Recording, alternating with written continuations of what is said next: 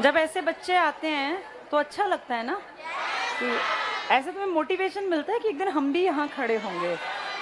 जब किसी कामयाब आदमी को, अच्छा 11th में तुम्हारी साथी थी ये, अब देख तेरी फ्रेंड तो ले गई घड़ी, अब तेरा नंबर कब आएगा वो देख, पढ़ खूब मेहनत कर, ठीक है। बिछड़ी हुई दोस्त मिल गई यहाँ, अच्छी बात है। हाँ टाइम तो हो गया। अब जो ये बच्चे आते हैं ना, इनको देख के सिर्फ ये नहीं होता कि बस देख लिए, अपना देख के मुस्कुरा दी और ताली बजा दी, ये टारगेट नहीं होता। इनको यहाँ बुलाने का, लाने का सबसे बड़ा टारगेट क्या है, इन सब के बारे में सुन के तुम अपनी लाइफ से रिलेट कर पाते हो। देखो हम सबका जीवन ऐसा ही होता है, किसी के पिताजी का सिर पे हाथ नहीं है, किसी के पिताजी साथ हैं पर साथ नहीं है, बहुत सारे लोग हैं ना इस तरह के। किसी के घर में माँ बाप ही नहीं है, कोई इतना गरीब है कि किराए के लिए भी उसको सोचना पड़ता है। इन सब परिस्थितियों में से निकल के ये तुम्हारे सामने अपनी कहानियां बता के गए। तो तुम में और इनमें जो अंतर है ना, वो बस एक चीज का है, मेहनत का। जो 4-4 साल बैठ के बता रहे हैं हम पढ़े, कोई 1.5 साल, कोई 2 साल, 18 पेपर पास करके वो लड़की फाइनली ग्रुप डी में लगी। लोगों ने मजाक उड़ाया लेकिन बैठी नहीं, उस ग्रुप डी की पैसों का इस्तेमाल करके अपना आगे पढ़ती गई, और आज वो फिर इसमें दुर्गा शक्ति में और हरियाणा पुलिस में 2-3 एग्जाम उसने बताया हमें क्लियर हैं। इससे ये भी देखना है कि लोग तो कुछ ना कुछ बोलेंगे, आप पढ़ लिख के घर बैठेंगे तो भी बोलेंगे, आप कोचिंग पे बैग उठा के चलेंगे तो भी बोलेंगे, आप ग्रुप डी को ज्वाइन करेंगे तो भी बोलेंगे।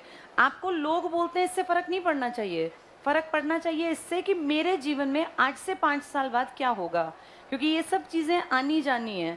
ये ऐसे ही स्टूडेंट्स आएंगे, लोग आएंगे जाएंगे, बोलते चलेंगे। आपके परिवार की स्थितियां भी हर साल बदलेंगी।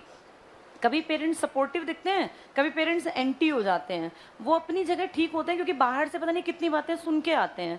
जो लड़की 24 साल से क्रॉस कर गई तो उसके पेरेंट्स को लोग सुनाते हैं कि अब इसकी शादी कब करोगे, 24 की हो गई, 25 की हो गई। कितनी सारी लड़कियां नहीं बताती ये बातें। ये जो प्रेशर है ना, ये पेरेंट्स के ऊपर भी है, इसीलिए कई बार वो घर आके तुम्हारे ऊपर चिल्लाते हैं, चीखते हैं और कहते हैं बस बहुत हो गई पढ़ाई। ऐसे ही लड़कों के ऊपर भी बहुत तरह के प्रेशर समाज क्रिएट करता है, और वो समाज तुम्हारे पेरेंट्स को कहता है, फिर वो पेरेंट्स तुम पे सारा गुस्सा निकालते हैं। इन परिस्थितियों से सबको जूझना पड़ता है। कोई इनमें टूट जाता है और कोई ये सोच लेता है कि चाहे कुछ हो मैं अपने जीवन को बेहतर बना लूंगी। अब ये लड़की जिसके पिताजी का कोई साथ नहीं मिला, तुम ये देखो इसकी माताजी की भी आंख में आंसू थे। मतलब कितना उस औरत ने हस्बैंड होने के बाद भी इतनी सफरर रही कि अपनी बच्चियों को खुद पढ़ाया लिखाया। बड़ी लड़की प्राइवेट में नौकरी कर रही है, अपनी इच्छा से कोई प्राइवेट सेक्टर में नहीं जाता। जब घर की जिम्मेदारी आन पड़ी होंगी ना और लगा होगा कि क्या करें, तब शायद वो उठ के प्राइवेट सेक्टर में गई होगी, और उसी ने पैसा देके इस छोटी वाली को पढ़ा दिया। एक ने स्टेप लिया तो दूसरी की लाइफ बन गई ना। ऐसे एक से एक लाइफ बनती चली जाती हैं। सबसे बड़ी जिम्मेदारी अपने प्रति है, मेरी जिंदगी कैसे अच्छी हो, या तुम्हें अपने आप सोचना है कि तुम्हारी जिंदगी कैसे अच्छी हो।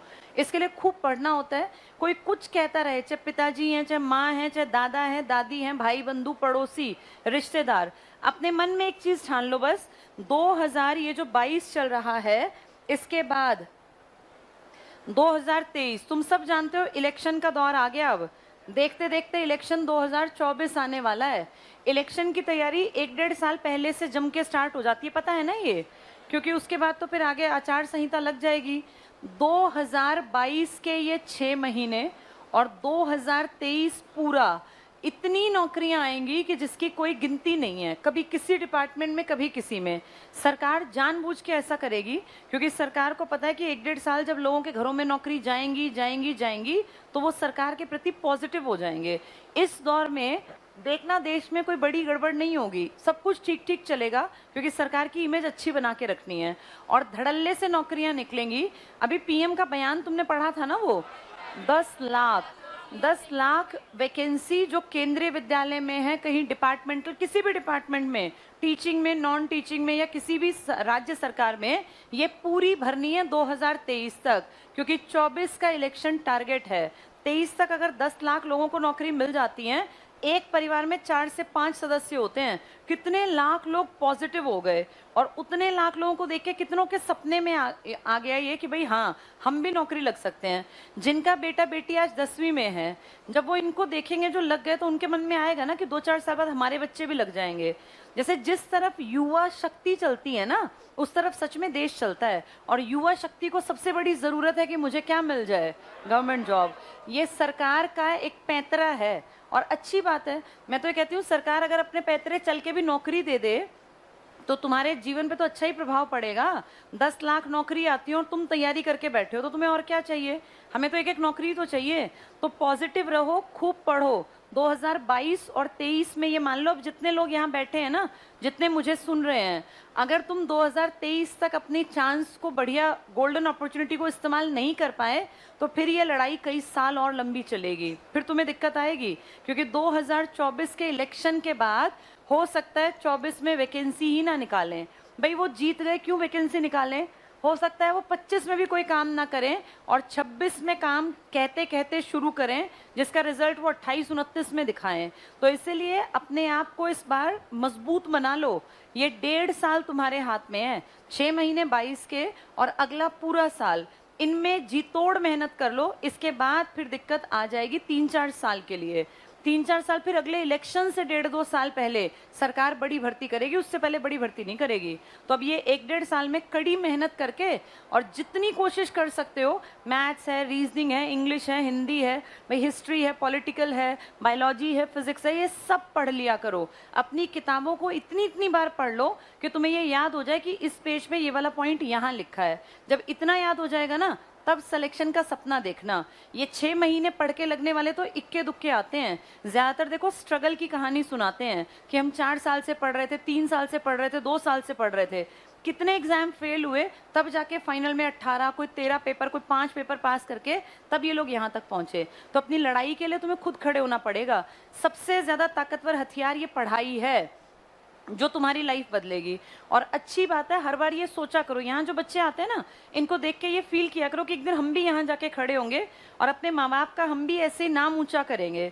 जिसके माँ बाप यहाँ आते हैं, कितने रिश्तेदार, कितने जानकार, पूरे गांव के लोग देखते नहीं होंगे, जलने वाले जरूर देखते होंगे कि ये कहाँ गए थे। उनको ज्यादा अच्छा ये यहाँ गए, ये बोल रहे हैं, मतलब एक जलन वाले जो लोग हैं ना, उन्हीं का मुंह बंद करना होता है। सक्सेसफुल होके अपने घर वालों को नहीं दिखाना होता उतना, जितना बाहर वाले और पड़ोसी और रिश्तेदारों को दिखाना होता है कि हम कुछ कर सकते थे। जो टॉन्ट करते हैं, जो जब तुम निकलते हो, चलते हो, तुम्हारे ऊपर कुछ ना कुछ इस तरह का तंज कसते हैं कि भाई चल पड़े बैग उठा के, कितने साल हो गए जाते आते, अब तक कुछ नहीं हुआ, इस बार तो वो भी लग गया, इसका नहीं नंबर आएगा।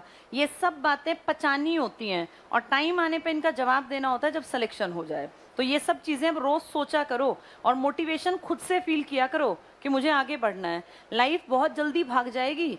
तुम में से जो लोग 2 साल पहले क्या कर रहे थे और आज क्या कर रहे हैं, अगर 2 साल तुम पढ़ गए तो एक्सपीरियंस हो गया पढ़ाई का। नहीं पढ़े, यहीं बैठे थे, कई लोग ऐसे हैं जो 2 साल से आके बैठ रहे हैं और बैठे ही रहेंगे, फिर दिक्कत होगी। रोज रोज सीखते जाना। जैसे जितने पुराने हो जाते हैं ना बच्चे, उतने ज्यादा समझदार भी बन जाते हैं, उनके दिमाग का लेवल बढ़ जाता है। पर फाइनल रिजल्ट में जब तक नंबर नहीं आता, तब तक लोग हंसते ही रहते हैं कि भाई इतने दिन से पढ़ रहे हैं, इनका नंबर नहीं आया। इनको मुंह बंद करने का बस एक तरीका, खूब पढ़ो, मेहनत करो, जी जान लगा के 2023 में नौकरी हर एक के हाथ में हो, इतनी मेहनत कर लेना। ठीक है, चलो थोड़ा सा पढ़ा दूं। एक